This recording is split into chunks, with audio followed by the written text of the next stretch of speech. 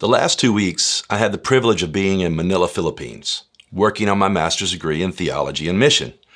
While I appreciate the instruction and what I'm learning, what makes this school experience so unique and so much more than academia is the global diversity of my classmates. My class, in the middle of our second year of study, represents 19 different nations.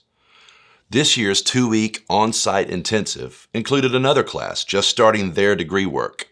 With this new class, we now have 29 different nations represented in our seminary. The highlight of each day for me, outside of a good breakfast, was our morning chapel service where we all sang in worship together. We then listened to a short devotional teaching and then heard a classmate share what God was doing in their particular country. After hearing specific prayer points they had for their church and their nation, we paired off with different people in our classes and prayed for this particular nation. These moments reminded me of Jesus' words in Mark 11 about his church being a house of prayer for all nations. There's not one nation that God does not love and care about, because there's not one person that God doesn't love or care about. These special moments also reminded me of the greatness and the vastness of the awesome God we serve. He is Lord over all the nations, and at the same time, He is intimately involved in the life of every person all over the world. This speaks to the nearness of our God and at the same time the vastness of His power and might.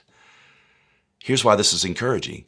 This powerful reality should make us trust God even more in our personal lives, our churches, our nation, and our world as we come to a greater knowledge of His power and love. It's good to have our worldview enlarged beyond our immediate context, because if not, we can easily get small-minded about God. When we suffer from personal or even national myopia, we actually minimize the power of God to work in both of those areas. What do I mean?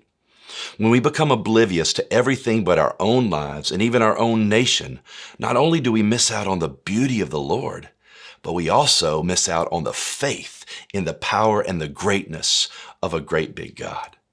If God is big enough to still be at work all over the world, where there are wars, famines, persecutions, slavery, sex trafficking, and all kinds of evil at work, then He's big enough to be active in my life.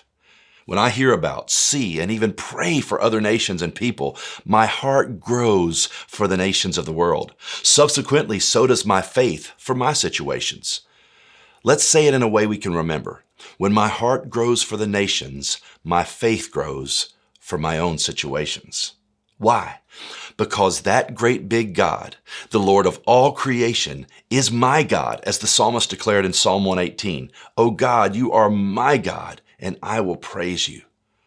Maybe today you can remind yourself that if God is for you, who can be against you? Can I encourage you to lift up praise to a loving God, an intimately close God, who at the same time is big enough to navigate every nation, tribe, and tongue in such a way as to propel them towards bowing down and worshiping Him around His throne? God is at work in our nation. I believe that, and I'll talk more about that next week as it relates to justice and mercy. At the same time, He is at work in every nation. That is the greatness and the vastness of the God we love and serve. I hope that can encourage you to trust Him even more today.